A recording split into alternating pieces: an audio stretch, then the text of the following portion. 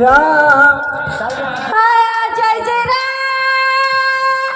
कृष्ण हरे जय जय राम कृष्ण हरे जय जय राम कृष्ण हरे जय जय राम कृष्ण हरे जय जय राम कृष्ण हरे जय जय राम कृष्ण हरे हरे जय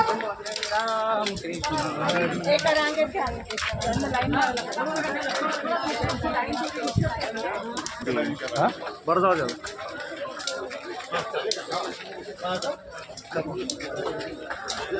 थोडं दिसू द्या ना पालखी पालखी.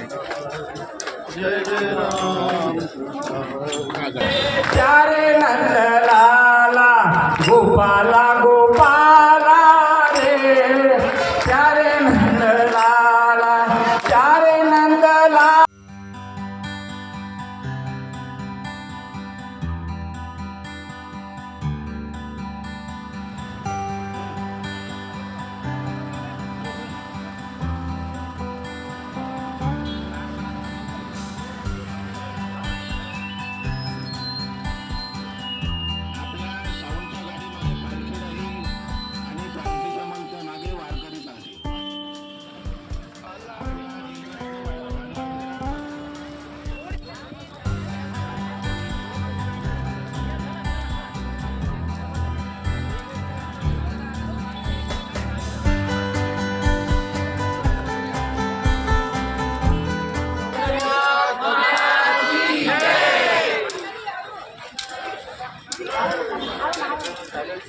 पण हो.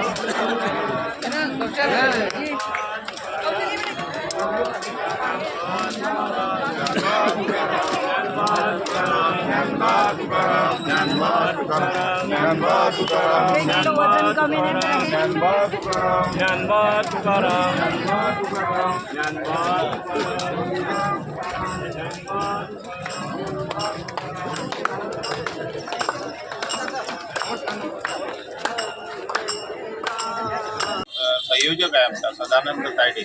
तो सगळ्या दिव्यांगांचा सेवक आहे. त्यांनी ही संकल्पना मांडली माझ्यासमोर की आपण सगळ्या दिव्यांगांची रॅली दिंडी इथून गेली पाहिजे आणि मला ती खरंच पटली आणि आमच्या सेवा समर्पणच्या सर्व लोकांशी चर्चा करून आम्ही ठरवलं की यवतमाळ ते पंढरपूर यावर्षी ही वारी काढायची आणि त्या दृष्टीनं पूर्ण तयारी करून आज आम्ही निघतो आहे. या वारीचं 22 ठिकाणी मुक्काम राहणार आहे. रात्रीला तिथं मुक्काम राहील, तिथं भजन संध्येचा कार्यक्रम राहणार आहे आणि दिवसभरात 20 ते 25 किलोमीटर पैदल चालून ही दिंडी पूर्ण पंढरीला पोचणार आहे. आपल्या विदर्भात आणि खास करून यवतमाळ जिल्ह्यामध्ये ही शेतकऱ्यांची दुष्काळी परिस्थिती निर्माण झालेली आहे. शेतकऱ्यावर सातत्यानं कुठले संकट येत आहेत आणि हा एक संदेश पण या वारीच्या निमित्तानं विठुरायाच्या चरणी आम्हाला पोचवायचा आहे. तो आम्ही सगळेजण वारीत जाऊन विठुरायाच्या चरणी यवतमाळ जिल्ह्याच्या समृद्धीसाठी आम्ही त्यांना मागणी करू. भारतातील इतिहासामध्ये ही पहिलीच अशी वारी आहे जी स्पेशल दिव्यांग मुलांसाठी आणि दिव्यांग लोकांसाठी आम्ही यवतमाळ ते पंढरपूर इथे जात आहे. या वारीमध्ये आम्ही इकडला साखर घालणार आहोत की सर्व महाराष्ट्रातील जनतेला आणि देशातील जनतेला सुख समृद्धी आणि वैभव लाभो आणि सर्व शेतकऱ्यांचे जे दुष्काळामध्ये जे शेतकऱ्यांचं महाराष्ट्रामध्ये सर्वात म्हणजे शेतकऱ्याचा आत्महत्या जिल्हा म्हणून यवतमाळ जिल्ह्याला ओळखले जाते. हे संकट दूर करण्यासाठी आम्ही साखर घालण्यासाठी पंढरपूरला झालेलो आहोत. महाराष्ट्राच्या इतिहासामध्ये आत्तापर्यंत दिव्यांगाची स्वातंत्र्य वारी कधीच निघली नाही आणि ही पहिलीच वारी आहे. परंतु आम्ही दरवर्षी वारी काढून एक नवीन जनतेमध्ये संदेश देण्याचा प्रयत्न करेल. ज्या ज्या गावामध्ये आम्ही जाणार आहोत तिथं पाठवून देण्याचा गायनाचा